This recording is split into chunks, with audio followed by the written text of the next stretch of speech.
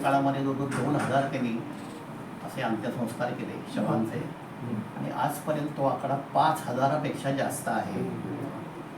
त्यांचं ग्रँड रोडला ऑफिस आहे, ट्रस्ट आहे, त्यांच्याकडे शववाहिन्या आहेत आणि जवळजवळ 12 ते 14 लोकांची टीम आहे त्यांची. आत्ता मला तुम्ही दाखवलं की आत्ता 4 डेड बॉडीज आहेत म्हणे. आता त्यांच्याकडे मोबाईलवर सगळं रेकॉर्ड आहे त्यांचं, की कुठल्या अवस्थेत असतात, ती बेवरच असतात, ट्रेनमधनं पडलेली असतात, हॉस्पिटलमध्ये असतात, पोलीस स्टेशनवरनं निरोप येतात, हेच काम करतात. कधी कधी तर 14, 15, 16 अशा डेड बॉडीजसुद्धा रोज असतात. ही टीम दिवसभर हेच काम करत असते. म्हणजे सरकारकडनं काही येणं हे नाही आहे, हे काम करणं फार वेगळ्या पद्धतीचं आहे. मला आठवते, मी मुलुंडला राहतो, मुलुंडला माझा एक गौतम जैन नावाचा मित्र आहे, मी आता बोललो, त्याचा स्वतःचं त्याचं दुकान आहे किराणा मालाचं, पण त्याचा हाच एक समाजसेवेचा एक भाग होता. तो बेवारच प्रयत्न घ्यायचा, पण त्याचा सगळं राधावाडी हॉस्पिटल घाटकोपर, त्यांनी अशी एक 10-12 लोकांची टीम केली. त्याचं आता 77-78 वय आहे. गेल्या 2-4 वर्षापासून त्यांनी काम थांबवलं. यांचं काम चालू आहे. म्हणजे सर्वसामान्य लोक सामाजिक संस्था हे काम करत नाही, सरकारसुद्धा हे काम करत नाही, हे सगळं ते काम करत आहे. आज त्यांच्याकडूनच आपल्याला हे सगळं ऐकायला मिळावं. अरुण पाटीलनी मुद्दाम यांचं नाव आपल्याला सुचवलं. मग अशी आपले GM साहेब होते, त्यांच्याबरोबर यांची भेट चर्चा झालेली आहे. आपण सगळे तुमच्याकडनंच ऐकायला आम्ही उत्सुक आहोत. आणि आमच्या प्रहारच्या वतीनं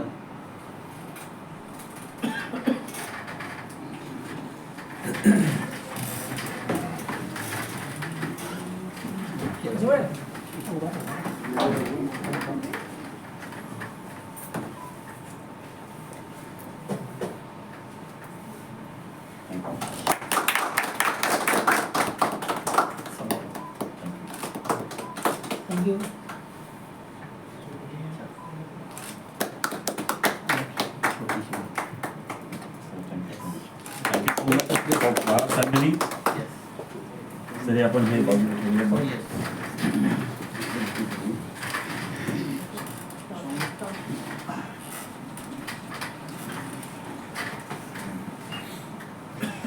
तुमचा सगळा प्रवास ऐकायला मी उत्सुक हो. म्हणजे पत्रकारिता सोडून तुम्ही आचार्य कसे काय वळला आता, हे सगळं आता वाहून कसं काय घेतलेलं आहे, सुरुवात कशी झाली? सर हिंदी में बात कर सकते हैं, आप कोशिश कर सकते हैं मराठी में. देखिए, शुरुआत हमारी ऐसा हुई कि जब कोविड काल शुरू हुआ तो सबसे पहला कोविड को इतना डरावना बनाने वाले सिर्फ हमारे पत्रकार ही थे. इतना बड़ा बना दिया था कि लोग इतना डर चुके थे कि उन्होंने मान लिया था कि बाहर निकलने के बाद हम मर जाएंगे. तो शुरुआत में सरकार ने भी न चाहते हुए एक GR पास किया था, जिसने ये बताया था कि जितनी भी कोविड से डेड होगी उस डेथ को हम क्रीमेट करेंगे. तो जो सबसे पहला मामला आया था पूरे मुंबई में, वो मलाड मालवनी का एक टैक्सी ड्राइवर थे, वो कोविड से एक्सपायर हुए. क्योंकि गवर्नमेंट के नॉर्म्स थे, इसलिए उन्होंने क्रीमेट करने के लिए बोला, तो मुस्लिम समाज ने जिसका ऑब्जेक्शन उठाया. उसके बाद में वो पहला क्रीमेशन हुआ. मुस्लिम समाज ने उसको इतना हंगामा कर दिया, चाहे वो पॉलिटिकल लीडर हो या लोगों ने, तो उसके बाद तो सरकार को ये बताया गया कि पूरी दुनिया में बरियल होता है, क्रीमेशन सिर्फ इंडिया, श्रीलंका, बर्मा इसी जगह पे होता है. तो दुनिया के अंदर जब कोविड नहीं फैल रहा है तो यहाँ कैसे? तो सरकार को बात समझ में आई और तुरंत उस GR को रिवाइज किया गया और मुंबई में ऐसे 7 कब्रिस्तान अलॉट किए गए जहाँ पर बरियल की परमिशन थी. लेकिन मुद्दा ये था कि बरियल करेगा कौन? कब्रिस्तान आ गया, शमशान आ गया. शमशान के अंदर ये रूल बताया गया था कि जितने गैस चैम्बर्स है, इलेक्ट्रिकल है, उसी में क्रीमेशन होगा. ट्रेडिशनल तरीके से जितना होता था वो सब बंद कर दिया गया. तो चुनौती ये थी कि उस वक्त पे इलेक्ट्रिकल और गैस चैम्बर्स बहुत कम थे हमारे पास. तो लिमिटेड शमशान अलॉट किए गए थे कि सिर्फ ये शमशान है जो बॉडीज लेंगे. शुरुआत में ऐसा होता था कि जिनके पास 2 मशीनें, एक मशीन पूरे दिन में वो चलाते थे. एक मशीन के अंदर 8 से 9 बॉडीज पूरे दिन में क्रीमेट होती थी. उसके पास सेकंड मशीन जो है वो रात को यूज़ की जाती थी. मशीन्स और शमशान कम थे, बॉडीज ज़्यादा थी. तो हर हॉस्पिटल से जो है वो 2 किलोमीटर 3 किलोमीटर में जितना दायरा होता था उसी के अंदर आपको क्रीमेट करना होता था या बरियल करना होता था, तो उसलिए लाइन लगती थी एक। मुस्लिम में तो क्या है, आपने खड्डा खोदा, फटाक से उतारा, अंदर डाल दिया, बरियल हो गया। लेकिन हिंदू के अंदर ऐसा था कि अगर एक बॉडी मशीन में है, वो 1.5 घंटा कम से कम उस बॉडी को लगता था, उसके बाद में उसके सफाई के लिए आधा घंटा, यानी कि आप न भी चाहो तो 14-16 घंटे के अंदर आपकी 8 बॉडीज जो है वो पूरे दिन में निकलती थी। तो जब बरियल का आया तो हमने कुछ दोस्तों ने सोचा कि क्यों ना हम आगे आके काम करें। तो ऐसे कुछ 5-7 लोगों की टीम बना के हमने काम शुरू किया। तो सबसे बड़ा चैलेंज जो हमारे लिए आने लगा, हम जब हॉस्पिटल्स में पहुंचने लगे फैमिली के साथ में, तो वहाँ एम्बुलेंसेस की कमी थी, क्योंकि जो प्राइवेट एम्बुलेंसेस जो अभी हमको मिलती है वो बंद थी, डर के हमारे कोई चला नहीं रहा था। गवर्नमेंट के पास लिमिटेड एम्बुलेंसेस थी। अगर वो एक एम्बुलेंस के अंदर बॉडी डालकर अगर वो शमशान गया है और उसके पहले 4 या 6 एम्बुलेंसेस के अंदर बॉडीज है, तो वो जब एक एक करके खाली होगी तब इसका नंबर आएगा, जब इसका नंबर आएगा तब वो छोड़ करके रिटर्न आएगा और दूसरी बॉडी लेगा। तो वो सबसे बड़ा चैलेंज हो गया था। तो हमने सोचा क्यों ना अपनी एम्बुलेंसेस हायर करें पैसा देके। तो हमने जितने लोगों को कांटेक्ट था या कई लोगों के कांटेक्ट्स निकाल के हमने बात करने की कोशिश की, तो वो कोई भी व्यक्ति जो है हमको एम्बुलेंसेस देने को रेंट पे तैयार नहीं था, क्योंकि कोविड का डर इतना था कि शायद हम अगर बॉडी अंदर रखेंगे या पेशेंट्स ले जाएंगे तो हो सकता है कल ये लोग भी मर जाए। तो सबने मना कर दिया। फिर हमने एक सोचा कि हमारे कुछ दोस्तों के पास ऐसी एम्बुलेंसेस है जो डंप हुई है, उन्होंने कभी ली थी लेकिन मेंटेनेंस के चलते उन्होंने बंद कर दी। तो फिर उनको कांटेक्ट किया गया कि आपकी एम्बुलेंसेस की क्या कंडीशन। तो उसने बोला अरे सड़ी हुई है 4 साल से, किसी ने बोला 6 साल से पड़ी हुई है। तो हमने उनसे रिक्वेस्ट की कि एक काम करो, वो एम्बुलेंसेस आप हमको फ्री में गिफ्ट कर दो, तो आपके पास जगह खाली हो जाएगी। तो उनको आइडिया अच्छा लगा। उन्होंने बोला क्या करोगे? हम लोग बोले कोविड के अंदर यूज़ करेंगे। तो बोले कई साल? मतलब वो आप छोड़ दो, आप खाली वो गिफ्ट कर दो। तो सबसे पहले हमारे एक मित्र है सलीम पटेल बोल करके, उसने अपनी एम्बुलेंसेस दी, जिसको हमने टो करके साउथ बॉम्बे ले गए। नहीं बराबर, पहला गोरेगांव के अंदर उसके थोड़ा हमने रिपेयर किया, साउथ बॉम्बे जाने की कंडीशन में उसको किया, फिर उसको वहाँ लेके गए।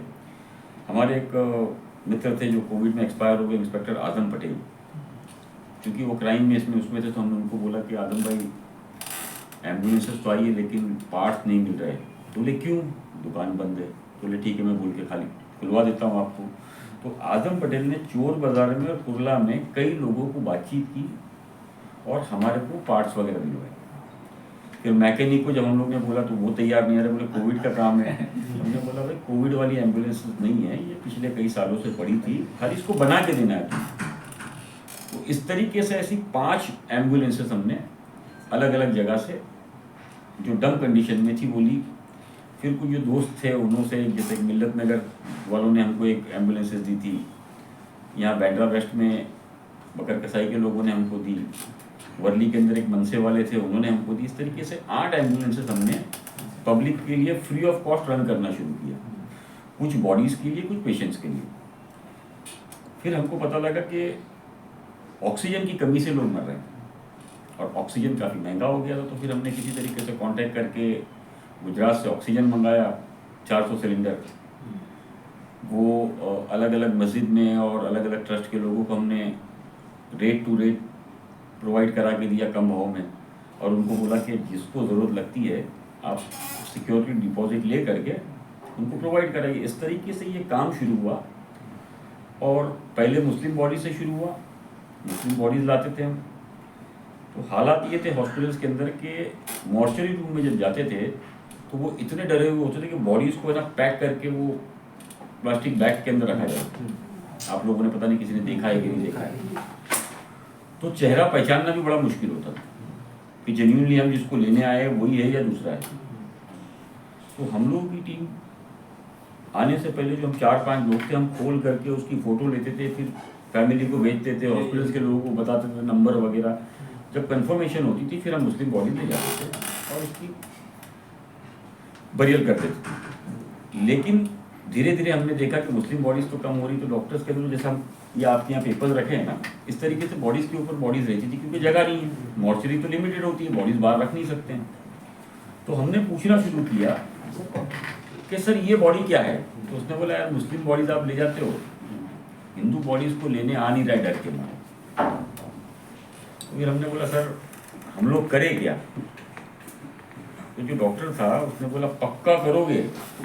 अच्छा हमने तो जोश में बोल दिया था उस टाइम पे, तो उसने बोला पक्का करोगे। हम लोग बोले हाँ करेंगे। फिर अचानक याद आया, मैं बोला हम जिस शहर में जिस देश में रहते हैं वहाँ एक राजनीति नाम की बहुत अच्छी चीज़ है। तो हमने उनको बोला सर देखो करेंगे तो सही, लेकिन बाद में पॉलिटिकल विवाद हिंदू मुसलमान का नहीं चाहिए, क्योंकि काम करने वाले सारे लड़के मुस्लिम हैं। तो उन्होंने कहा रुको।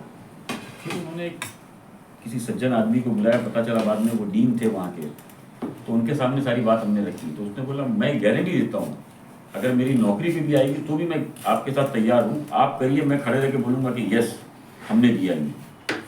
तो वो जो हौसला था उनका वो हमारे लिए बहुत बड़ा था। हमने पुलिस की मदद से फैमिली को कांटेक्ट किया फ़ोन पे, फिर वो पुलिस ने 4 नंबर वगैरह दिया। उस टाइम पे 4 नंबर कंपलसरी था, तो 4 नंबर डाल करके पुलिस के साथ हम पहुँचे शमशान। तो शमशान वाले डर गए कि अभी तो कुछ दिन पहले ही ये सारा विवाद हुआ था, अब ये फिर मुस्लिम लड़के गलती से आ गए। तो उसने बोला भाई वो अभी चेंज हो गया है, आप लोग कब्रस्तान ले जाओ। तो उसको हमने समझाया कि ये कब्रस्तान वाला नहीं है, शमशान वाला ही माल है। अब लेके तो आ गए, अब तुम ये बताओ कि इसका अंतिम संस्कार करते कैसा है। लेके तो आ गए लेकिन पता तो है नहीं कैसा करते। तो उन्होंने काफ़ी कुछ समझाया कि सर वो हिंदू लोगों में ये होता है, फिर तुलसी डालते हैं, किसी ने कहा गंगा जल डालते हैं, तो कहाँ मिलेगा। तो वो तो मालूम नहीं। फिर चूँकि जर्नलिस्ट थे, ऐसे कई पंडित लोगों को ऑनलाइन लिया, उनको बताया तो भी बड़े खुश हो गए थे, बड़े बहुत बढ़िया काम आप लोग कर रहे हो। सर बढ़िया छोड़ा, अब ये बता कि ये जो आया है गले के अंदर इसको फाइनल करना कैसा है, क्योंकि हम तो विवाद के अंदर है ना। तो उन्होंने काफ़ी आइडियाज़ दी कि अगर गंगा जल नहीं भी होगा तो आप नॉर्मल पानी से करा सकते हो। फिर खैर टीम ने जब तक तुलसी ये वो सारी चीज़ें अरेंज कराई, उसी दौरान हमारे पास एक केस ऐसा भी आया था कि ऊपर के अंदर एक छोटी सी बच्ची थी शायद 10-12 साल की, उसके पिता अलग हो गए थे, माँ अकेली थी, माँ ऊपर में एक्सपायर हो गई थी और बच्ची का कोई था नहीं। तो फिर उसको भी अंतिम संस्कार हम लोगों ने किया। इस तरीके से ये हमारी जर्नी शुरू हुई और जर्नी शुरू होने के बाद समझ लीजिए कि कोविड काल में हमने 2000 से ज़्यादा बॉडीज़ का अंतिम संस्कार कराए और अभी इतना सीख गए कि शायद एक हिंदू पंडित जितना नॉलेज रखता है उससे ज़्यादा हम लोग रखने लगे कि मशान में लकड़े कैसे लगाने हैं, ये भी सीख गए। अच्छा शुरुआत में क्या था कि जितना कोविड आता था वो सिर्फ मशीन में डाले जाता था और एक होता था सस्पेक्ट कोविड कि जिसकी रिपोर्ट 3 दिन बाद आएगी, 5 दिन बाद आएगी। तो फिर हम लोगों ने उसको कहा कि हमारे लिए दिक्कत ये आ रही है कि लाइन बहुत हो रही है, ट्रेडिशनल तरीके से आप चालू करिए। तो सबने मना कर दिया। तो फिर ये हुआ, उनको समझाया गया कि सर सस्पेक्ट कोविड को तो डालिए। तो उसके लिए GR निकाला गया। वो GR लेकर के हम जब पहुँचे शमशान के अंदर तो सबने मना कर दिया कि हो ही नहीं सकता है, हम अपनी जान दे ही नहीं सकते हैं। तो फिर बॉडी बाहर निकाली, उसको बोले अच्छा मत करो, खाली ये बताओ कि लकड़े लगाते कैसा है। तो उसका फिर एक वीडियो बनाया गया क्या लगाने का तरीका क्या है। वो करके फिर हमने हमारी टीम को समझाया। वो फिर हमने शुरुआत की। जब शुरुआत की, बॉडी उतारे, उसके ऊपर फिर लकड़े रखे, घी डाले, अग्नि वगैरह दी और उस तरीके से हमने काम शुरू किया। तो जब हमने 5-7 दिन हमने काम किया तो शमशान वालों को समझ में आया कि 5 दिन 7 दिन में लोग मरे नहीं है, मतलब हम लोग नहीं मरेंगे। ये आश्वासन पूरा जब हो गया तब वो धीरे धीरे करके कुछ लोगों ने आके मदद करनी शुरू की और 15 दिन के अंदर ये हुआ कि वो तैयार करके रखे। तो इस तरीके से शुरुआत हुई और उसी दौरान हमने देखा कुछ प्लास्टिक बैग के बिना जो बॉडीज़ है वो अंदर रैक में इधर उधर पड़ी हुई है। तो बोले यार ये कोविड बॉडी कैसी है जिसको आपने प्लास्टिक बैग नहीं पहनाया। तो बोला भाई कोविड बैग नहीं है, कोविड बॉडीज़ नहीं है, ये लावारिस बॉडीज़ है, कोविड के चलते पड़ी हुई है। ये कहाँ से आती है? तो पुलिस से मिलती है, कैसे मिलती है, क्या है, समझा। फिर पुलिस के अधिकारियों से हमने संपर्क किया कि सर हम लोग इसमें इंटरेस्टेड है काम करने में। बेचारे बड़े खुश हुए। तो उन्होंने फिर धीरे धीरे करके हमारी मदद करनी शुरू की। हम लोग शमशान कब्रिस्तान में लेके जाने लगे। उसी दौरान फिर हमने जॉइंट कमिश्नर ऑफ पुलिस से बातचीत की, पत्रकार विकास संघ जो एक संस्था है पत्रकारों की, हम लोगों ने सबने कार्यक्रम था वहाँ विश्वास नागरे पाटिल साहब को सारी चीज़ें समझाई और उनको बताया कि हम इस तरीके से काम करते हैं। तो उन्होंने कहा मेरी ऑफिस आइए, मुझे समझाइएगा, उसके बाद मैं सारी चीज़ें समझ के आपको लेटर दूँगा। तो हम सारे लोग पहुँचे, मैं, सुनील जी, हम लोग, उन्होंने सारी चीज़ें समझी, उनके राइटर को बुलाया, बोले कैसा होता है, क्या होता है, हम क्या परमिशन दे सकते हैं। तो उसने बोला सर हम परमिशन ये दे सकते हैं कि हमारा ऑफिसर बॉडी क्लेम करे, उनके साथ खड़े रहे अंतिम संस्कार तक, और ये जो टीम है ये अंतिम संस्कार करा देगी। तो इस तरीके से पहला लेटर हमारे को विश्वास नागरे पाटिल साहब ने इशू कराया। उसी को देख करके फिर हमने कैसर खालिद साहब से बात की, वो रेलवे कमिश्नर थे, उनको भी अच्छा लगा और काफ़ी खुशी हुई कि आप लोग इस तरह का काम कर रहे हो। तो उन्होंने फिर लेटर दिया।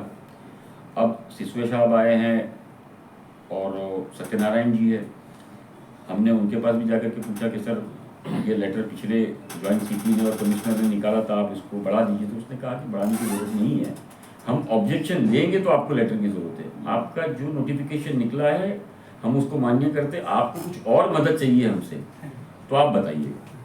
अभी इस तरीके की हमारे पास 125 बॉडीज जो है हर महीने लावारिस दुनिया के लिए है, लेकिन हम एक परिवार की तरह उसका आज भी अंतिम संस्कार करवाते हैं। जो रीति रिवाज होता है हम हर बॉडी को चेक करते हैं।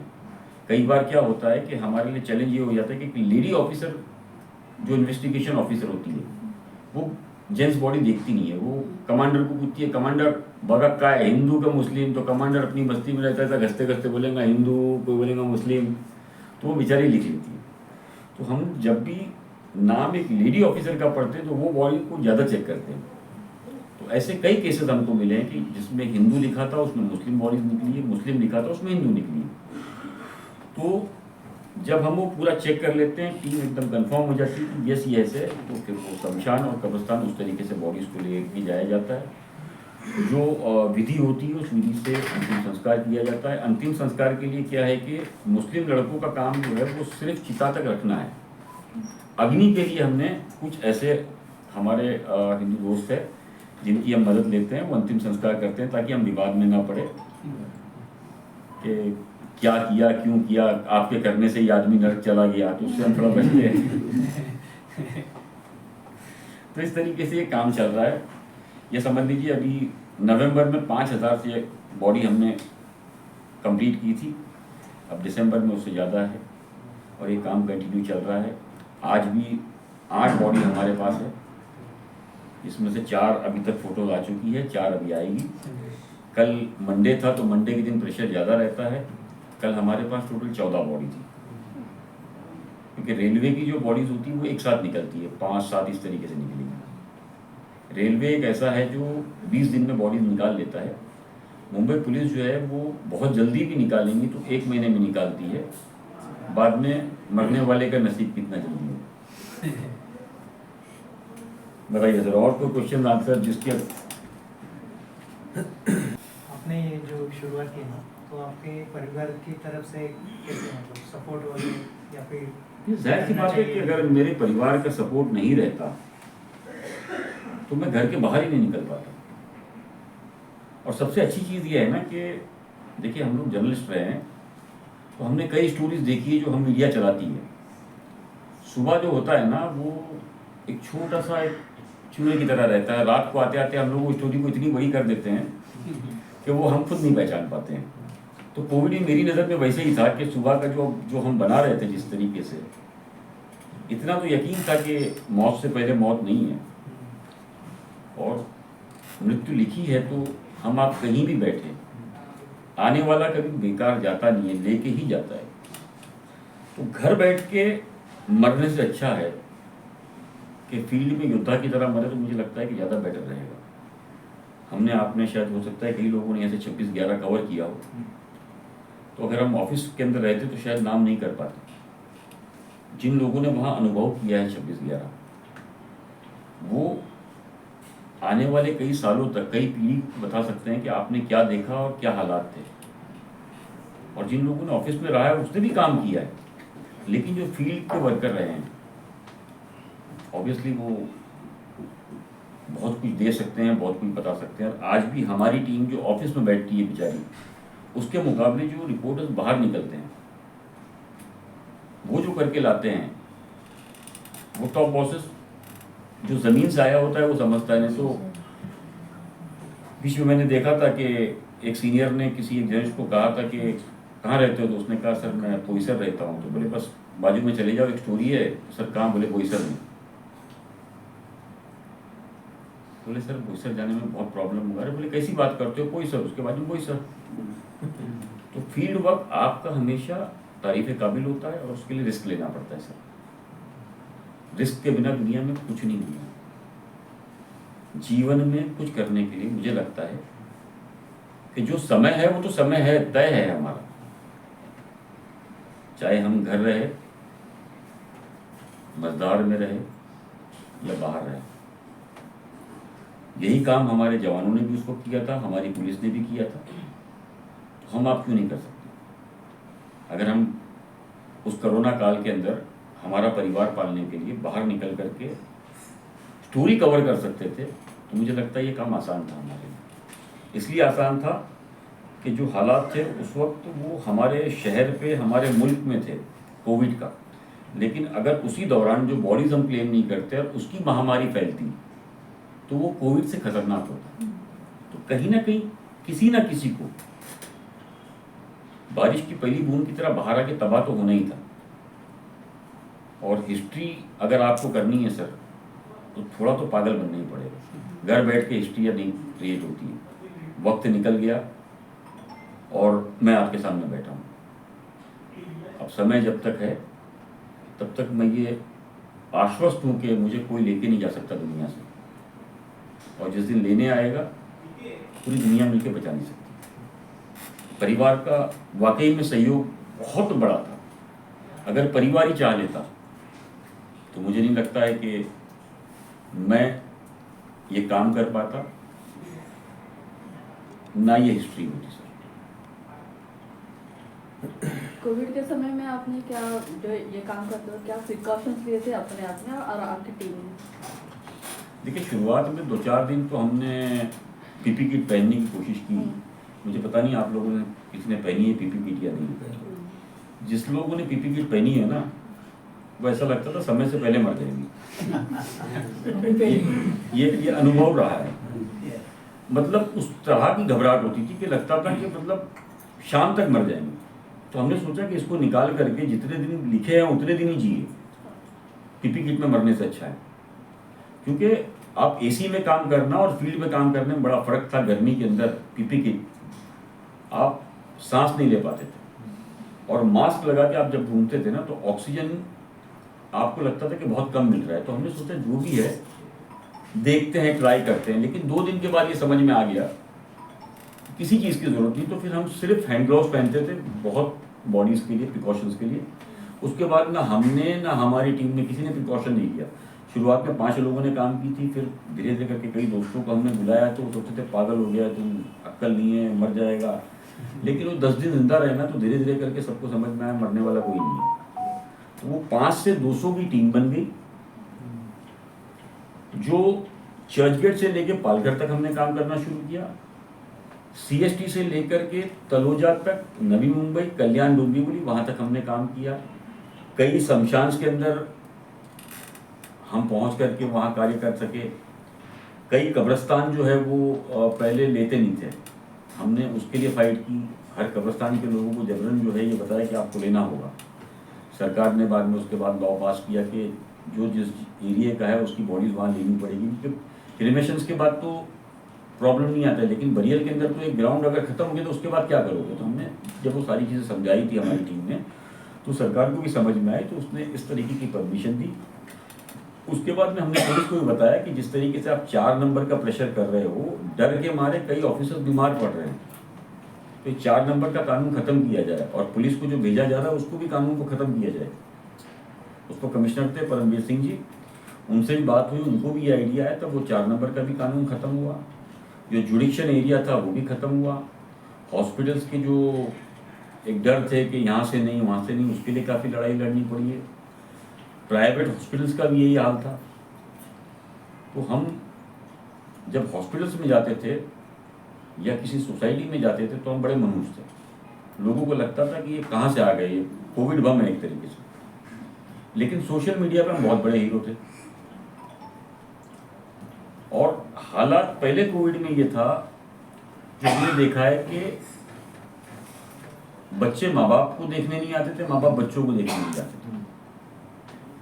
हमने देखा है कि कई पेशेंट्स को जब हम लेकर के किसी घर से निकलते थे तो परिवार उनको छोड़ने तक नहीं आता था। उस तरह के लोगों को हॉस्पिटल्स तक, सेंटर्स तक ले जाना, क्योंकि वो इतना डर रहता था उनके अंदर कि हमारी टीम मोटिवेट करती थी उनको किसी तरीके से कि आपको कुछ नहीं होगा, देखिए हम लोग ये काम कर रहे हैं, हम लोग नहीं मरे तो आप फाइट करो। तो उनको जब हौसला बढ़ा देते तो उनको लगता था वो ये सही बात कर रहे हैं। नहीं तो एक मानसिकता लोगों में बैठ गई थी कि कोविड हो गया यानी कि अब मुझे मरना है। वो भय निकालना, और आप देखेंगे तो ज़्यादातर मौतें सिर्फ डर से हुई है। डॉक्टर्स खुद ये नहीं जानते थे कि कोविड है क्या, हर कोई एलियन बन के घूम रहा है। समझ में आए ना आए, खाली ऐसा पैचेस दिखता था, स्टेरॉइड आपको देना शुरू कर दिया उन्होंने, और उस तरीके से आपके ट्रीटमेंट्स होते थे। जो 6 से 8 महीने गुजरे हैं वो बहुत ही खतरनाक, मतलब एक्सपेरिमेंट के गुजरे हैं डॉक्टर्स के। जो समझदार डॉक्टर्स थे उन्होंने माना कि ऐसा कुछ नहीं है, लेकिन ज़्यादातर मैंने देखा कि हॉस्पिटल्स जो बना के बैठे हैं वहाँ डॉक्टर्स समझ नहीं पाते थे। और मेरा एक्सपीरियंस तो कई हॉस्पिटल्स के अंदर का रहा है, उसने कभी पेशेंट्स की नब्ज तक नहीं पकड़ी और ये पूछा हो कि क्या हुआ है। रिपोर्ट यूँ देखी जाती थी और लिखा जाता था कि ये दे दो, ये दे दो, ये दे दो। आदमी ठीक हो रहा है नहीं हो रहा है उससे कोई मतलब नहीं। अच्छा, कई लोग ये देख कर के एक्सपायर होते थे कि बाजू वाला एक्सपायर हुआ है तो वो घबराहट के मारे इनको अटैक आया, ये एक्सपायर हो गया, एंड सबका कोविड-19 चलता था। ये हालात रहे, किसी ने कुछ देखा नहीं। और ये आप इससे अंदाज़ा लगा सकते हैं कि देश के अंदर कोविड का भय इतना था कि हमारी कॉलर ट्यून तक चेंज हो गई थी, जो देश में आज तक कभी नहीं हुआ है। ना इस तरह के हालात आपने देश में, जिनकी एज है या आपने जो पढ़ा होगा, कभी नहीं देखा होगा कि देश थम गया है, दुनिया थम गई है। हमारे को हौसला तब मिला जब हमने किताब पढ़ी थी उसी दौरान, द आइज ऑफ डार्कनेस। वो 1981 में पब्लिश हुई है किताब, आप लोग भी पढ़ सकते हैं, अमेजोन पे मिलती है। 81 में उसने लिखा था कि 2020 में कैसे कोविड नाम की ये बीमारी शुरू होगी, कहाँ से शुरू होगी, कैसे फैलाया जाएगा, कितने साल तक रहेगी। तो उसको भी जब हमने पढ़ा था तो थोड़ा सा हौसला मिला था कि ये मैन मेड है, शायद हो सकता है कि दुनिया की एक ड्रग माफियाज जो है, जो ड्रग कार्टेल्स है, उन्होंने इस तरीके की सारी चीज़ें की हो। तो वो फिर परिवार, दोस्त, इनका सबका सपोर्ट मिलता रहा तो ये कारवा बढ़ता गया। तकरीबन 200 लड़कों की टीम ने फिर काम करना शुरू किया और मुंबई के अंदर एक मिसाल बना दी। और सोशल मीडिया को देख कर के हमने देखा फिर दिल्ली में, गुजरात में, कई जगह पे ऐसे अलग अलग लोग टीम्स बना करके काम करना शुरू किया, जिसका सीधा सीधा फ़ायदा आम जनता को पहुंचा। और उसी के बाद हमको एक नया ईश्वर ने काम दे दिया जिसको कहते हैं लावारिस। तो उसको एक परिवार की तरह हम आज काम करते हैं। हम उसको नहीं बोलते हैं लावारिस, हम बोलते हैं हमारा परिवार। नहीं, ये जो महामारी थी ये सिर्फ भारत में नहीं थी, पूरी दुनिया में फैल गई थी। तो इतना ये होने के बावजूद रियली कोविड था क्या, आपको क्या लगता है? क्योंकि लोग मरते थे। सर, इसका तो मैं एक्सपर्ट नहीं हूँ, लेकिन मुझे इतना पता है कि जेन्यून अगर वो चीज़ें होती तो मैं शायद कई बार मर चुका हूँ। जो बताया गया था अगर वो जेन्यून होता तो मैं शायद कई बार मर चुका होता। मुझे एक चीज़ समझ में आई कि मौत से पहले मौत नहीं। अगर ईश्वर ने आपकी ज़िंदगी लिखी है ना, तो मौत खुद आपकी हिफाजत करेगी कि वक्त आया नहीं। और वक्त जिस दिन आ जाएगा ना सर, वो हम बेकार में बोलते हैं कि हमने मौत को मात दे दी, बेकार की बात है। लेने वाला जब भी आया कभी खाली हाथ नहीं है। एक पीरियड है, चाहे आप डर के जिए या लड़के जिए, ये चॉइस आपकी है। राइट, तो हमने सोचा कि डरने से अच्छा है लड़के जिए। सही है। अगर कोविड में मौत लिखी है तो जाना है, तो फिर योद्धा की तरह जाएंगे। कम से कम मर भी जाते हैं तो लोग ये तो बोलते हैं ना, ये काम करते हुए मरा। तो आने वाले दिनों में उसके अंदर योद्धा होते हैं। और तो अब जिंदा है आपके सामने, तो तारीफ के काबिल है हम और हमारी टीम। सही है। ये एक बड़ी चीज़ है। तो तो क्या आपने कैप्टनशिप पता के का सॉरी कैप्टनशिप के अंदर कहीं ना कहीं सर रिस्क लेना होगा जीवन में। सही है। अच्छा, मैं पूछता हूँ, आपको कोरोना हुआ था? सर ईश्वर की कृपा से ना मुझे ना मेरी टीम को खांसी तक नहीं हुई। कमाल की बात है। नहीं नहीं, नहीं, आपने टेस्टिंग, आपको ऐसा लगा का हो रहा है कि आपने टेस्टिंग किया, ऐसा कुछ किया? नहीं सर, मुझे कभी नहीं लगा, ना मेरी टीम को कभी लगा। देखिए मैं प्रिकॉशन लिए थे? हाँ प्रिकॉशन लिए थे। प्रिकॉशन ये लिए थे कि सर सारी कोविड बॉडी उठा के चलते थे हम, कोई भी मना ही नहीं करते थे। जो मेरे मोटा मोटा समझ में आया सर कि ये माइंड गेम है।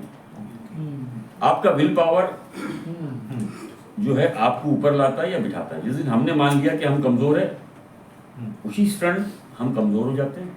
और आपने कई बार देखा होगा जीवन में कि आप बैठे हो और आपको लगता है कि मैं ये कर सकता हूँ, और आप उठे हो और आपने जाके किया है। तो इन सारी ही चीजों में आपका विल पावर, आपका मनोबल, आपकी मानसिक स्थिति ये होनी चाहिए कि यस मुझे करना है और ये होगा। सर रिस्क नहीं लेंगे तो कदर पता ही नहीं चलेगी क्या है क्या नहीं। जीवन में इतना तो करना ही पड़ेगा। कई बार हम जाते हैं कई एक्सीडेंट्स कवर करने के लिए, हमारे साथ भी हादसे होते हैं। उससे एक नया सबक ही मिलता है, तजुर्बा मिलता ही है हमको। या तो जीतेंगे या तो तजुर्बा मिलेगा सर, दो में से एक चीज है। और हार जो है ना, हार हमारा प्रॉब्लम ये है कि हम हार को देख करके हार जाते हैं। सर आप फैसला कीजिए कि एक बार हारूंगा, उठूंगा फिर लड़ूंगा, उठूंगा फिर लड़ूंगा। देखिए एक क्षण के बाद या एक वक्त के बाद आप जीतोगे सर। आज हमारे यहाँ पूरे देश में IAS IPS है, कई अटेम्प्ट करते हैं। 145 करोड़ में 6000 IAS है कमोबेश पूरे हमारे देश में। वही हमारा देश चला रहे हैं ना। तो सर क्या वो गिरे नहीं थे क्या? लेकिन उठ के उन्होंने फिर हमला किया, फिर किया, फिर किया। आज वो आपको कमांड करते हैं, वो पॉलिसीज बनाते हैं कि क्या होगा देश में। 6145 करोड़ को तय करते हैं कैसे चलेंगे। तो ये हम जितने भी लोग हैं, हमारा विल पावर, हमारी ताकत सिर्फ हमारे दिमाग में। आप ट्राई करिएगा घर के अंदर रात को कि मैं कुछ करने के लायक नहीं हूँ, आप बैठ जाओ। आप ट्राई करिए कि एक पेशेंट्स आपने कहीं देखे होंगे कि पैरालिसिस ये हुआ है और उसने बोला नहीं मैं कोशिश करूँगा, और उसने इतिहास रचा है। तो सर ये सभी पे लागू होता है। ईश्वर ने सबको एक जैसा बनाया है। आपकी हिम्मत वो आपको किसी कीमत पे ले जाएगी कि आप क्या हो, कैसे हो। लेकिन ये करते समय अभी जैसे आपने बताया कि उठ के बढ़ना है, फिर से चलना है, तो ऐसे कोई भी नेगेटिव थिंग्स है क्या आपके उसमें, या फिर नेगेटिव कुछ सिचुएशन आ गए जिससे वजह से आपको लग रहा है कि यहाँ कहाँ पे मैं आ गया? नहीं ऐसा तो कभी नहीं लगा। क्योंकि दिक्कतें बहुत सारी थी। दिक्कतें तो देखिए हर काम में है। हम एक स्टोरी लिखते हैं, उसके अंदर भी काफ़ी दिक्कतें आती हैं कई बार। लेकिन मैं आपको बताऊं, ऐसा नहीं है कि हम कभी डरे नहीं, हमने कभी सोचा नहीं। कई बार ऐसा लगा कि ऐसा ना हो यार कि ये हो जाए, वो हो जाए। चैलेंज तो बहुत सारे थे, ठीक है ना, डर तो था। लेकिन उस डर के साथ एक चीज़ ये थी कि चलो रिस्क लेके देखते हैं, करके देखते हैं यार क्या होता है। और मालिक से दुआ भी करते थे। आदमी डरता है तभी तो मानता है ना कि ईश्वर ऐसा करना ताकि कोई बीमार ना हो। क्योंकि ये डरता कि एक भी बीमार होगा तो पूरी टीम बैठ जाएगी। तो ये प्रार्थना करते थे जल्दी जल्दी कि इसमें से एक को भी खांसी भी नहीं देना। और आप यकीन करिए कि शायद यही एक कारण रहा है कि हमारी दुआओं का ही असर रहा, लोगों के साथ जो काम करते थे शायद उनकी दुआओं का असर रहा कि हमारी टीम की एक आदमी को खांसी और सर्दी तक नहीं हुई। क्या ये मुझे लगता है कि ये 2 करोड़ लोगों की दुआएं हमारे साथ थी, जिसको लेकर के हमारी टीम ने काम किया। ये श्रेय मुझे नहीं, मेरी टीम को बहुत ज़्यादा जाता है। एक कैप्टन होना ठीक है, अलग चीज़ है, लेकिन ताकत तो मेरी टीम के बिना मेरी थी नहीं, ना उस वक्त थी ना आज है। ये सारी ही चीज़ें उनकी हिम्मत पे हम चला रहे थे, मैनेज कर रहे थे, हम मैनेजमेंट कर रहे थे जो टॉप बॉसेस करते हैं, उस तरीके से एक कॉर्पोरेट लेवल चल रहा था। सारी परेशानियां, सारी चीज़ें, सारे चैलेंजेस थे। और कुछ महीने तो ऐसे रहे हैं, शुरुआत में 5-6 महीने, जो कि हम घर सिर्फ नहाने जाते थे, बाकी ज़िंदगी हमारी गाड़ी में या बाहर सड़क पे सोने में जाती थी। शमशान में गाड़ी खड़ी है, सो गए, कब्रिस्तान में टाइम लग रहा है, सो गए। इस तरीके से हमने कई महीने हमने और हमारी टीम ने काटे।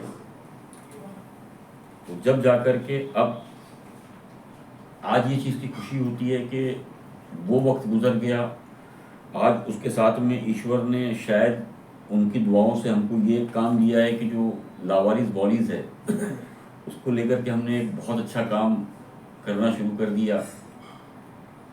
हमारे पास आज हम ये बोल सकते हैं कि 5,000 से ज़्यादा परिवार जो हमको नहीं जानता है उसकी दुआएं हमारे साथ हैं। ये बहुत बड़ी चीज़ है हमारी। लेकिन आपकी टीम चलती कैसे, मतलब जो आप बॉडी लाते हो, जो खर्चा पानी है, मतलब देखिए, कैसे फिलहाल क्या मैनेज करते हो? पैसा जो है कुछ दोस्त मिलकर के हम मैनेज कर रहे हैं, क्योंकि अभी तक हमने किसी से मांगा नहीं। हमने सोचा था कि क्या होता है, जब शुरुआत में हम ये मांगते तो लोग ये समझते कि धंधा लगा दिया है, नया शुरू किया है। तो हमने सोचा था कम से कम 3 साल तक थोड़ी तकलीफों से ही सही हम उन चीज़ों को चलाएंगे। अब लगभग 3 साल हमारे हो चुके हैं। अभी हमारी टीम ने सोचा है कि वेबसाइट हमने बनाने दी है, हमारा काम चालू है। अब हम क्राउड फंडिंग करेंगे, लोगों से अब मांगेंगे। अब इसलिए मांग सकते हैं कि हमारे पास इतना डेटा, इतनी बॉडीज हमारे पास हो चुकी है कि अब लोग कम से कम शंका करेंगे नहीं, ऐसा नहीं करेंगे, हमारे देश में शंका होता ही है, लेकिन कम होगी। तो इस तरीके से हमने ये सारी चीज़ें प्रिपेयर की है। अगर हम शुरुआत में ही डायरेक्ट हाथ फैलाते तो ये मैसेज जाता लोगों में कि एक नई स्कीम पकड़ के लोग लेके आए। लेकिन उस महामारी में ने आपने एडजस्ट कैसे किया, क्योंकि फंडिंग देखने जाएंगे तो अपने देखिए, पास भी कुछ महामारी नहीं में था। तो फंडिंग का कैसा था कि कुछ ऐसी बॉम्बे की बड़ी मस्जिद के लोग जो मतलब कुछ मस्जिदों के ट्रस्ट वगैरह के लोग जो थे, उन्होंने हमको काफ़ी फाइनेंस वगैरह किया था उस टाइम पे। तो वो खर्च वहाँ से चल रहा था, वहाँ काफ़ी डोनर्स वगैरह थे। शुरुआत में हमने उनके साथ काम किया, लेकिन बाद में हमको पता लगा कि शायद जो हम काम कर रहे हैं उसका वो कहीं से पैसा क्राउड फंडिंग के नाम पे जमा कर रहे हैं। तो काफ़ी जब हमको कंप्लेंट्स मिलने लगी तो हमारी समझ में आया कि हमको थोड़ा अलग होकर के अपना काम करना चाहिए, कि हम जो काम कर रहे हैं उसका कोई उस नाम पर पैसे ले रहा है ना, वो पैसे हमने तो फ्री में काम किया था उस वक्त भी, आज भी हम कर रहे हैं। तो उन सारी चीज़ों को हमने ध्यान में रख करके अपने आप को उनसे दूर किया। फिर हमारी जो टीम थी अलग हट करके हमने काम करना शुरू किया। कोविड काल ख़त्म हो चुका था तो शुरुआत में काफ़ी दिक्कतें थी। फिर कुछ दोस्तों ने शुरू किया कि भाई हम बांध लेते हैं, महीने में जो आएगा उसमें हम इतना % शेयर दे देंगे। तो इस तरीके से ये काम चल रहा है। आज समझ लीजिए हमारे पास 85% हिंदू बॉडीज आती है, 85 to 87%, 13 से 15% अप एंड डाउन होते रहता है, वो मुस्लिम बॉडीज आती है। तो मैंने आपको बताया कि ज़्यादातर हम जो बॉडीज़ होती है वो ट्रेडिशनल तरीके से जलाना पसंद करते हैं। हम इलेक्ट्रिक के अंदर बहुत कम पसंद करते हैं। ट्रेडिशनल तरीके से क्या होता है, गवर्नमेंट हमको लकड़े जो है वो तो फ्री देती है, लेकिन लकड़ों से बॉडी चलती नहीं है। उसको जलाने के लिए काफ़ी चीज़ें लगती है, एम्बुलेंसेस लगती है, एम्बुलेंसेस के अंदर पेट्रोल डीजल लगता है। उसके बाद जो पिंडदान होता है उसके लिए पंडित लगता है, उसकी सारी सामग्री लगती है। तो हम ये सारा जो प्रोसेस होता है वो हम कराते हैं, तो उसके लिए एक अच्छा पैसा लगता है। या हर कोई जानता है कि एक बॉडीज के अंतिम संस्कार के लिए कितना पैसा लगता है, क्योंकि भले घर में हुआ ना हो, आदमी दोस्तों में इसमें जाता है। तो हम वो पैसों पे नहीं जाते हैं। हमारा ये मानना है कि एक आत्मा जो दुनिया से चली गई है, अब वो लौट के आने वाली नहीं है। पता नहीं, मुस्लिम समाज में तो कहा जाता है जीवन एक ही होता है, हिंदू समाज में कहा जाता है कि कई लाखों वर्ष के बाद मिलता है। अब सब जो लाखों वर्ष के बाद भी मिले, ना हम रहेंगे ना आप, तो बेटर है कि जितना अच्छा दे सकते हैं या हम जितना अच्छा कर सकते हैं, जो शास्त्रों में जिसके जो लिखा है उस हिसाब से, कि अगर वो 1,00,000 2 लाख साल के बाद आए या न भी आए, तो कम से कम हमारी टीम, हमारी जो ट्रस्ट है वो ये चाह रही है कि हम इतना बेहतर कर दें कि जब उसके परिवार के लोगों को भी पता लगे कभी, तो उनको ये सम्मान लगे कि नहीं, हमारे आदमी के साथ न्याय हुआ है। हमने कई केसेस देखे हैं कि जो मिसिंग है, हमने उसका अंतिम संस्कार कर दिया, उसके कई महीनों के बाद फैमिली हमको मिली है। फोटोज वगैरह देखने के बाद में उसने हमसे कांटेक्ट किया और पहचाना। जब फिर हमने सारी चीज़ें बताई तो बड़े खुश होकर दुआ दे के गए। तो हमारा अपना भी कोई हो, अगर कोई मिसिंग हो, तो जाहिर सी बात है, जो धार्मिक दृष्टि से हमने काम किया है, तो कोई भी होगा वो सम्मान ही करेगा उस काम का। तो इस तरीके से ये काम चल रहा है। ये प्रोसीजर एक्चुअली में कैसे होती थी कोविड में? जैसे कि आज कोई बॉडी अगर हॉस्पिटल में है तो आपको डायरेक्टली कांटेक्ट किया जाता था या कैसे? हाँ, शुरुआत में तो क्या हुआ था, जब हम लोग निकले थे तो शुरुआत में परेशानी होती थी। फिर जब हम हॉस्पिटल्स पहुंचने लगे, हमने जाकर के लोगों को समझाया, बताया, तो हमने उनके नंबर लिए, उन्होंने हमारे, फिर धीरे धीरे करके एक ग्रुप बनाया गया था और वो ग्रुप में डाला जा रहा था कि इधर कोविड से ये डेथ हुई है। तो फिर हम रिलेटिव्स के नंबर से उनसे बातचीत करके सहयोग उनको देते थे, उनका सहयोग लेते थे और इस तरीके से काम शुरू हुआ।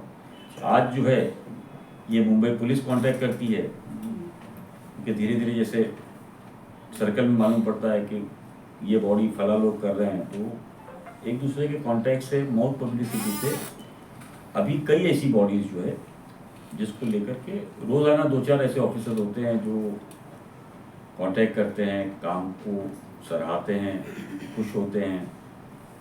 बहुत से अधिकारी ये दुआएं देते हैं, यार बहुत अच्छा काम आप लोग कर रहे हैं। और वाकई में हमें भी ऐसा लगता है कि जो काम है ये बहुत सुकून वाला काम है। कुछ हो ना हो, जाने वाला दुआएं देके जाता है। और सबसे अच्छी बात इस काम की ये है कि जैसे हमारा एक थैंकलेस जॉब होता है ना, कि करने के बाद, लेकिन हमारे यहाँ जितने लोग जाते हैं वो कुछ बात ही नहीं करते हमारे सामने। वो कहीं बोलते ही नहीं कि आप दिन में क्यों आए, रात को क्यों आए, हमेशा आए। क्या आपने अच्छा आप जैसे इमोशनल भी होते होंगे किसी को क्रीमेट करते वक्त, बेरियल करते वक्त? अभी इमोशंस हमारे लगभग वो पत्रकारों की तरह खत्म हो चुके हैं। क्योंकि ना इमोशन से आप काम कर सकते हैं ना हम काम कर सकते हैं। अगर इमोशंस हमारे में आ गया तो मुझे लगता है कि हम काम नहीं कर किसी पाएंगे। बच्चे को देख कर वगैरह? देखिए, इंसान है, दुख होता है, लेकिन अगर हम उसके अंदर डेप्थ में जाएंगे तो हम काम नहीं कर पाएंगे। और हमने अब काम करना है। जैसे आर्मी का जवान ये सोचे कि वो उसकी किसी माँ का बेटा है, मैं गोली नहीं मारूंगा। पुलिस ये सोचे कि ये फला आदमी है, मैं इसको पकड़ूंगा नहीं। तो क्या होगा, देश खतरे में आएगा, क्राइम बढ़ेगा। इसी तरीके से हमने इमोशंस में आना शुरू किया। कई ऐसे मौके आए हैं जहां आंखें नम हुई है, लेकिन उसको हमने नज़रअंदाज किया और आगे बढ़ना शुरू किया। तभी हम काम कर पाएंगे।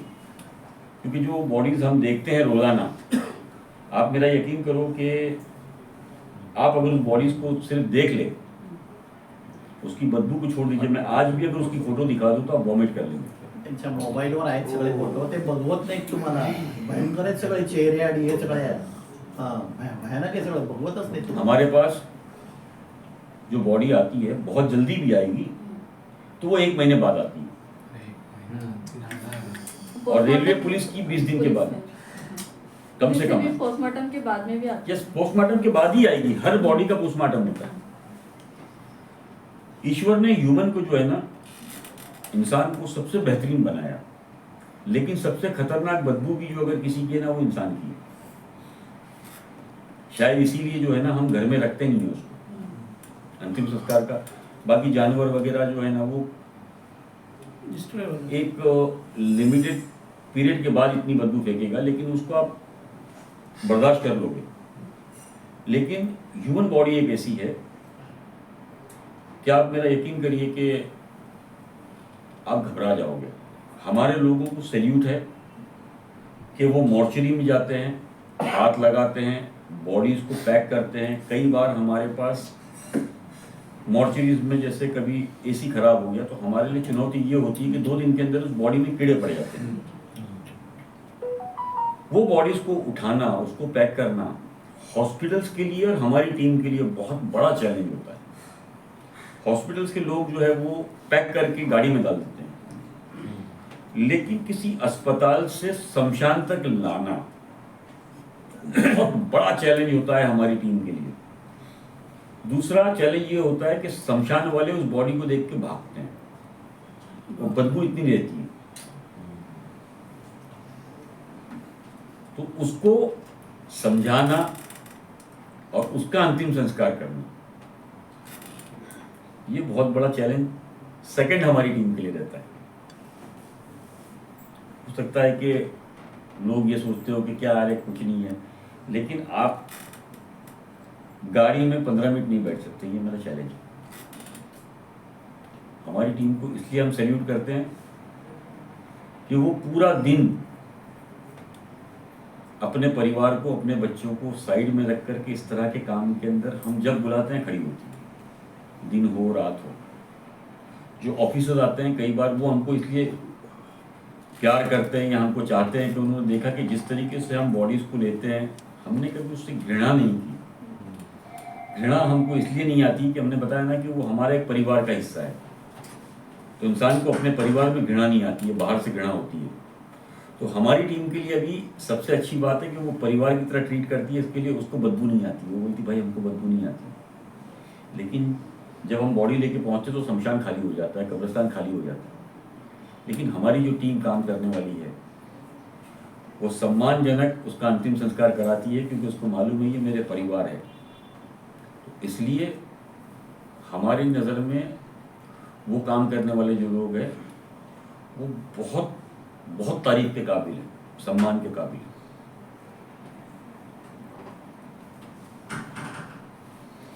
Great great. कोणाला विचारायचं आहे काही? जैसे ये वैक्सीन आई थी बाद में, तो आपकी ऑपरेशन में वैक्सीन भी लिए जाएंगे तुमने सर हमारी टीम ने तो वैक्सीन अभी तक देखा भी नहीं है कैसे। किसी लिए आपकी नज़र में वैक्सीन कहाँ तक का ये सक्सेस मतलब हुआ है, जैसे आप किस नज़र देखते हो? सर नो कमेंट्स, उसका वो मेरा टॉपिक ही नहीं है। मैं एक जर्नलिस्ट होने के नाते नहीं सर, एज ए जर्नलिस्ट होने के नाते ज़्यादातर केसेस मैंने देखे हैं कि वैक्सीन वालों को कुछ ना कुछ बीमारियाँ हुई है। यस वही है। और वैसे भी एक इंसानी तजुर्बा ये रहा है कि कोई भी दवाई बनी है तो उसका एक लिमिटेड पीरियड होता है कि इतने एक्सपेरिमेंट्स इन लोगों पे करने के बाद में बनाई गई है। लेकिन कोविड के अंदर इस तरह की चीज़ें नहीं हुई। मैंने आपको बताया ना, जो आइज ऑफ डार्कनेस जब आप पढ़ेंगे तो आपको शायद बहुत से आपकी चीज़ें क्लियर एक विजन दिखने लगेगा कि क्या था, कैसे था, क्यों बनाया गया, ये वायरस क्या है। उसको मैं चाहता हूँ एक बार जरूर पढ़िए उस किताब। लेकिन इतना समझ में आया जीवन में कि डर होना चाहिए, लेकिन इतना भी ना हो कि जिससे हम मर जाए। डरना चाहिए, डरने वाला इंसान ज्यादा जीता है। लेकिन इतना मत डरो कि आप घुट के मर जाए, उससे कुछ बाहर निकलना चाहिए। जब घुटन सी बात आ जाए तो मुझे लगता है कि थोड़ा सा एक बार रिस्क ले लेना चाहिए। मरना तो है ही ना, तो एक ट्राई कर लेते हैं, तो हो सकता है उसके अंदर थोड़ा सा कमाल कर जाए, जो हमने हमारी टीम में किया। मुझे लगता है एक ओपिनियन पूछनी है आपसे कि एक तरफ आप है कि आपने इतना सब बड़ा काम किया, दूसरी तरफ एक अपने देश का प्रदेश है जहाँ पर बॉडीज को नदियों में बहाया गया है, इसके बारे में आप क्या सोचते हैं? मतलब देखिए ये थोड़ा सवाल- पॉलिटिक्स को बगल में रखे नहीं, मैं पॉलिटिक्स नहीं, मैं एक चीज़ आपको मैं पहले ही आपको बताया कि मैंने जब बॉडी में उठाया ना तो मैंने याद किया था कि मेरा नाम इकबाल है। तो आप ये इकबाल विवाद बुलंद में रहे। ये विवाद में मुझे न डाले। मेरा बोला हुआ जो है ना वो बहुत दूर तक जाएगा, तो इसके अंदर मेरा नो कमेंट है। मतलब वो सरकार की अपनी क्या नीति है, कैसा है, वो बेहतर वही जान सकते हैं। इस काम में जितने भी आपकी टीम में लोग काम करते हैं, कुछ लोगों ने छोड़ दिया कि इनको अभी मुझे नहीं करना है। नहीं, कोविड पीरियड के अंदर देखिए मैंने बताया ना कि 200 लोगों की टीम थी, अब उसको काम बंद था, लोगों ने सोशल वर्क के तरीके से काम किया, अभी वो बेचारे सारे अपने काम पे लग गए हैं। अभी हमारी जो 12 लोगों की टीम है वो फुल फ्लैश फुल टाइम यही काम करती है। उसको हम अब सैलरी हम देते हैं, लेकिन सैलरी मायना नहीं रखता है। सैलरी तो देखिए घर चलाने के लिए बहुत ज़रूरी एक जीवन का एक पार्ट है, नहीं होगा तो कोई काम नहीं करेगा। लेकिन उससे बड़ी बात यह है कि वो पैसों के लिए नहीं, एक सेक्रीफाइस करके ये काम करना। उतना पैसा जितना हम दे रहे हैं उतना तो इंसान आज मुंबई में कहीं भी कमा लेता है, सड़क पर खड़े रह करके कुछ बेचेगा तो कमा लेगा। लेकिन वो ये सोच के कर रहे हैं कि यार ये बहुत अच्छा काम है, शायद इससे बहुत पुण्य मिलेगा हमारे बच्चों के लिए, हमारी नस्लों को बहुत फ़ायदा होगा, उसको ध्यान में रख के वो टीम काम कर रही है। तो ये सम्मानीय है। जो भेदभाव हमारे वहाँ चल रहे हैं, मुझे लगता है कि इस तरह के काम के अंदर हर किसी को जुड़ना चाहिए। हम क्या करते हैं, देखा देखी, एक दूसरे किसी ने मर्सिडीज लिया तो हम ऑडी लेने की कोशिश करते हैं। मैं भी चाह रहा हूँ कि हम जो काम कर रहे हैं उसको देख करके ना लोग इस तरह के काम करने बाहर आए ताकि हम दूसरा काम करें। लेकिन ये काम को देख करके कोई आ ही नहीं रहा, परेशानी ये है। हमारी कंपटीशन में कोई आने को तैयार नहीं, कोई आएगा भी नहीं। तुम करते कंपटीशन होना चाहिए, लेकिन ये हमारा तो मैदान ही खाली पड़ा है, कोई नहीं आ रहा है। ऐसे में कौन कंपटीशन करेगा मरने की। अभी फिर से आ रहा है कोरोना, नया वेरिएंट आ रहा है। सर ये 10 साल तक इसी तरीके से चलता रहेगा, 10 साल तक चलता रहेगा। और मस्त प्रिपेयर रहिए। अच्छा मुझे बताइए सर, कोरोना खतरनाक होता है या हमारी जो टाइमलाइन होती है उसके अंदर बॉस का फोन खतरनाक होता है? अगर उसको हम झेल सकते हैं तो फिर कोरोना बहुत छोटी चीज है। काय झाला पूछता ना कधी देतोय, किती वाजले, तो वो जो 6 से लेकर के 9 तक का टाइम रहता है ना, वो कोरोना के 21 घंटे से ज्यादा खतरनाक है। रोज हम लोग मरते होते तो उसको आप जी रहे हो तो कोविड से क्यों डरते हो, ये बोलिए। फिर आपको कोविड आया ही नहीं है, आपका क्या कर सकता है?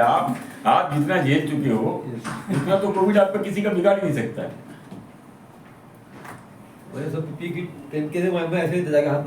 मैंने वही बताया ना कि आपको तो डरना ही नहीं चाहिए, क्योंकि कोविड आपको देख के भागेगा। ये 3 घंटे के अंदर 21 घंटे का काम करता है। तो हमारे को तो डरना ही नहीं चाहिए। हम लोग इस फील्ड में है ना, वो तो मुझे लगता है कि देश के प्रधानमंत्री कोई कानून नहीं बनाए तो हमारे लिए तो एक सम्मान करना चाहिए कि ये लोग 24 घंटे के अंदर 32 घंटे का काम करते हैं। घर पे काम ही चल रहा है, वही बता रहा हूँ।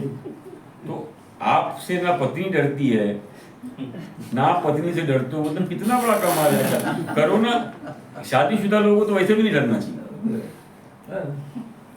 जिसने पत्नी को झेल लिया, कोरोना क्या चीज है, बहुत छोटी चीज है।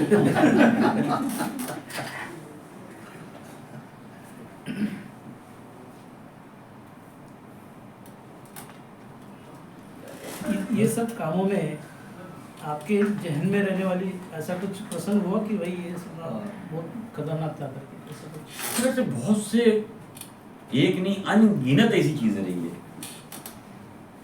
मतलब मैं आपको बताऊं कि कई केसेस के अंदर हमने बच्चों को देखा जो माँ बाप को हाथ लगाने तैयार नहीं थे, अग्नि देने को तैयार नहीं थे, अग्नि तो छोड़ दीजिए, पेपर्स देने को तैयार नहीं थे। अब पेपर्स नहीं मिलेगा तो जाहिर सी बात है पुलिस भी कुछ नहीं कर सकती। तो फिर हम लोगों ने बोला अभी भाई देखो ऐसा है कि वो आपके पिता जो मर गए उसमें 10 लाख रुपए मिल रहा है, तो वो आपको चाहिए या हम लोग क्लेम कर दे, हम लोग पेपर देंगे तो हम लोग को मिल जाएगा। तो उसने फिर लालच में पेपर भेज दिया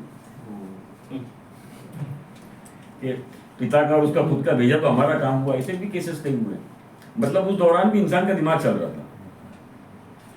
कई जगह हमने देखा कि पति जो है, मुस्लिम में मट्टी दी जाती है तो ऐसा मट्टी देने के लिए वो बॉडी वहां ऐसे फेंकता था। कई बच्चों ने हमको बोला है पैसा क्या चाहिए बोल, हाथ लगा, बॉडी नहीं हाथ लगाएंगे। तो हमारी जिंदगी से कई चीजें देखी। अच्छा, लेकिन कमाल की ये बात है कि सड़क पे रहने वाले किसी को मैंने कोविड से मरते देखा ही नहीं। गरीब लोग में ठीक है, वो लोगों को ज्यादा मरते देखा है जो फ्लैट में रहते हैं। कोविड से डर के मारे बाहर नहीं निकले। तो उन्होंने सोचा कोविड घर में आएगा नहीं, हम बाहर जाएंगे नहीं, वो सारे चले गए। और जो सड़क पे थे जिन्होंने कहा थे ठीक है कोविड आ ले जा, तो बेचारा कोई गया ही नहीं। बड़ा कमाल की बात करा। जो जाने को तैयार था उसको नहीं छुआ। उनके मन में भावना ही नहीं है कोविड है करके, मालूम है नहीं। और जो जाने को तैयार नहीं था उसको कोविड लेके चला गया। जितनी मौतें हुई है वो सारी डर से हुई है, ज्यादातर।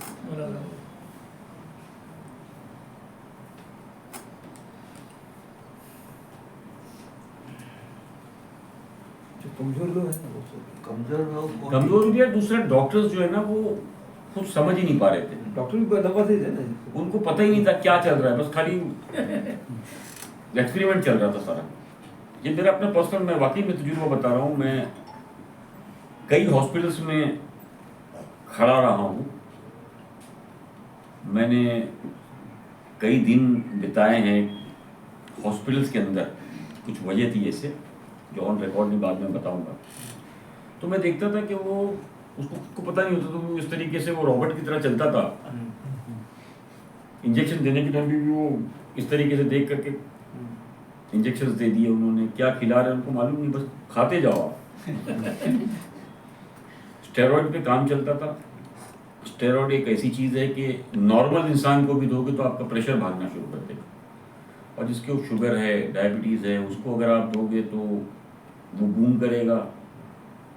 उसको रोकने के लिए फिर इंश्योरेंस आपने चालू कर दी थी, फिर वो आपने टोसी और पता नहीं अलग अलग सारे इंजेक्शन शुरू करवा दिए थे। और वो इंजेक्शंस भी ब्लैक के अंदर कि 2400 का इंजेक्शन आपको 10,000 में नहीं मिल रहा है। ये हालात हमने कर दिए थे उसको। हॉस्पिटल्स मनचाहा पैसा ले रहा था, वो ये समझ ही नहीं पा रहा था कि बस उसको ये लगता था कि बस आया है तो दे के जाएगा। मैंने खुद खड़े रह करके एक केस के अंदर चेक किया था, जो मेडिसिन्स दी गई थी उसके बावजूद उन्होंने इतने बड़े बड़े बिल्स बनाए थे उसके अंदर कि उनको बताना पड़ा कि ये क्या है। तो उससे बोला अरे सॉरी। तो जो हम खड़े रह करके जो देख रहे थे उनका ये हालात था, तो जिसकी जो बेचारे देख नहीं पाते थे, इनको समझ नहीं थी। आप सोचिए कि किस तरीके से पैकेजेस आते थे, लाखों में बिल्स, 12 लाख 15 लाख। ठीक है। जो सेंटर्स हमारे बने थे वहाँ की पोजीशन ये थी कि डॉक्टर्स की कमी थी, ट्रेनी डॉक्टर्स हमने उतार दिए थे, और वो ट्रेनी डॉक्टर जो पहले से डरे हुए थे, उनको पता था कि पेशेंट को हाथ लगाएंगे तो हम मर जाएंगे। तो डरा हुआ आदमी किसी की क्या मदद करेगा। हम जिस रात को निकलते हैं, कुत्ता स्ट्रीट का जो हमारे पीछे भागता है वो खुद डरा हुआ होता है, और हम उसको देख के दो डरे हुए लोग एक दूसरे की मदद कर ही नहीं सकते। तो हमारे हालात उस वक्त जो थे, चाहे वो किसी भी सेंटर के रहे हो, मैंने सेंटर्स भी अंदर जाके देखे हैं। सेंटर्स की जो तकलीफ थी वो ये थी कि सारे बेड्स एक दूसरे के सामने लगे हुए थे, उसके सामने कर्टन्स नहीं थे, चाहे वो हॉस्पिटल्स हो या सेंटर्स हो। तो क्या होता था, एक पेशेंट्स को जब आदमी देखता था कि वो मर रहा है तो पास पड़ोस के 10 लोग जो है वो देखते थे, तो उनमें वो भय होता था ये गया, उसको लगता था ये मरेगा, पशु लग गया। तो एक दूसरे को देख करके है ना बहुत से लोग एक्सपायर हुए। डर के मारे। हमने उस वक्त ये नहीं सोचा कि ठीक है आनंद फानंद में हमने सारी चीज़ें बना दी, सेंटर्स ये वो जिसके स्कैम सभी खुल रहे हैं, लेकिन आपने इतना किया स्कैम ठीक है, उसके साथ में कुछ थोड़ा कर्टन्स वगैरह लगा देते हैं ताकि पेशेंट्स एक दूसरे को न देख सके, तो भी शायद बहुत सी जानें बच सकती। ट्रेनिंग डॉक्टर्स थे, वो बेचारे चाहे डेंटिस्ट हो ये हो, सबको डालते जाओ, बस जहाँ से मिले तू आ, खाली बस खड़े रहकर दिखा हमको क्या है तू। अच्छा, अंदर किसी को आपको जाने दिया नहीं जाता था, क्या आप ये बोल सको डॉक्टर साहब आप ये नहीं कर रहे हो, ये नहीं है, क्योंकि बहुत सिंपल सा आपने उसूल बना के रखा था, कोविड है आप नहीं जा सकते। जब कोविड है आप जा ही नहीं सकते हो, तो अंदर आदमी है, आप क्या ट्रीटमेंट दे रहे हो, सारा जो दे रहे हो बस आप ही सही बोल रहे हो, फिर तो शूट हो ही नहीं सकता। लेकिन मैं तो हॉस्पिटल्स में कुछ दिन रहा हूँ,